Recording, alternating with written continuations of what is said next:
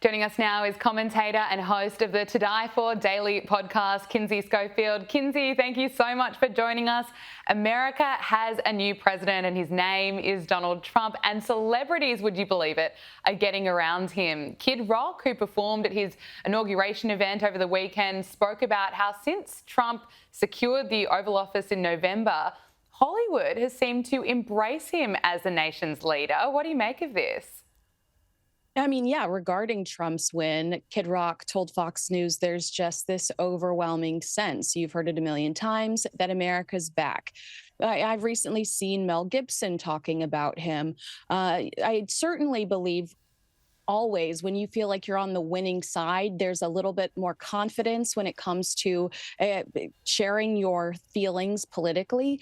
And I think that celebrities that are conservative realize that it's a great place to be right now. I mean, look at the way that Trump has elevated actors like Jon Voight.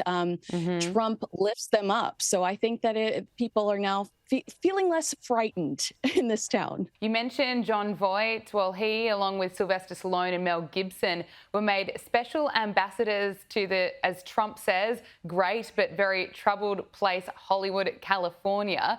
What does this say about the future of Hollywood? I think what it says about the future of Hollywood is that they need to get in line. If you are going to spend the next 4 years complaining about this administration, what a waste of oxygen. I do believe that the Trump administration are going to challenge Governor Gavin Newsom, who's made an enormous amount of errors over the last few years. Just look at the wildfires that have wreaked havoc on our city. And I think that Trump is going to challenge people like Gavin Newsom. So don't waste your time sitting around like the ladies on The View, disparaging this person. Be like Nelly and say, I support the office. If Trump's successful, we're all successful. Absolutely. And look, it might take a while for all celebrities to get the memo and realise that. Let's take a look at some of the people that claim that they would leave America if Donald Trump became president again. In 2020, Barbara Streisand raised eyebrows when she said she'd move to England if Trump won a second term. She's still there. We, of course, saw Ellen leave with her partner, Portia de Rossi. She went to the Cotswolds in the UK. And actress America Ferrera claimed that she might be leaving at some point. Sharon Stone also said that she might move to Italy. Bring us up to speed on the celebrities that wanted to flee the States and those that are actually going to stick around.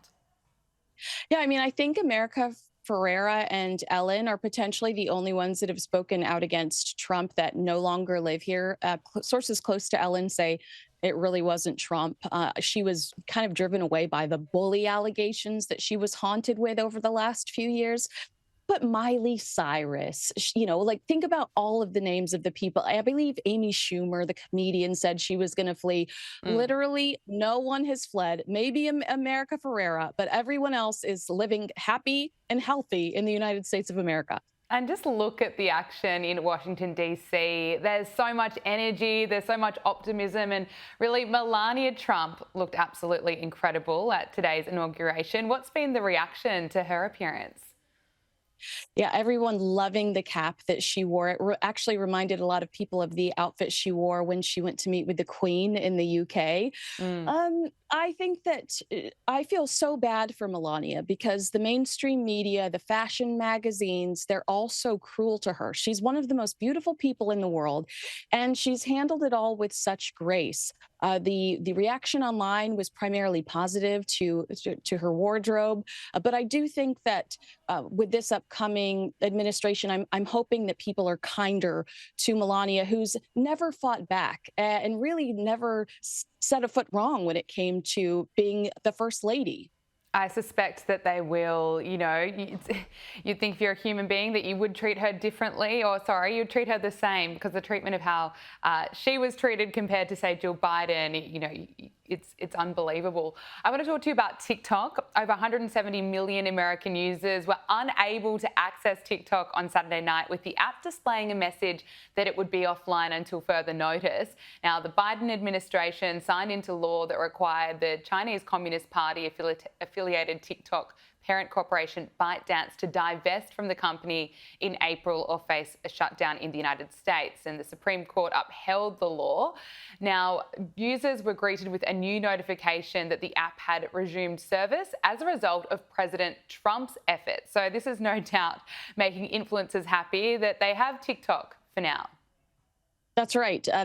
They released a message that said, "We thank President Trump for providing the necessary clarity and assurance to our service providers that they will face no penalties providing TikTok to over 170 million Americans." I mean, we've also seen that some of the Gaza hostages released because of Trump's threats. He's working overtime. I mean, the app that was allowing hundreds of thousands of migrants to cross the border shut off within moments. He is an action-driven man, and you're seeing that within the first few hours of today, but you're also seeing it beforehand. I mean, the fact that the hostage exchange has been something that's been heavy on people's hearts for over a year now. Yeah, absolutely. Look, I want to talk to you about the royals. Vanity Fair has published a major article reflecting on the 5 years since Harry and Meghan stepped down from their senior roles in the British royal family. The article was scathing. What more can you tell us? Well, my favorite line or my favorite theme is, despite the major opportunities offered to the Sussexes upon arriving here in the States and in California in the shape of Netflix and Spotify deals. And just imagine the arrogance of Harry and Meghan when those announcements were made. The Vanity Fair says they failed to yield consistent, successful content.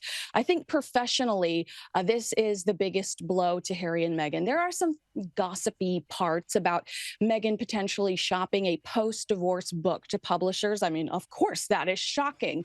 But I think the way that Vanity Fair goes over some of their professional failures and their inability to communicate, appropriately with staff, and how they've alienated so many Sussex Survivors Club members is the most damaging.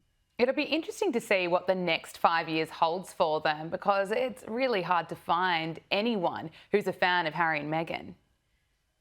Unless you're Sharon Stone, who threatened to leave the country and is still here. Yeah, Sharon Stone apparently said something nice about them. I'm like, Sharon Stone's not very nice herself, so that's not the endorsement I want. But you're right. 5 years from now, where will they be? Will they still be hiding their kids? I mean, I'd love to see their babies one of these days.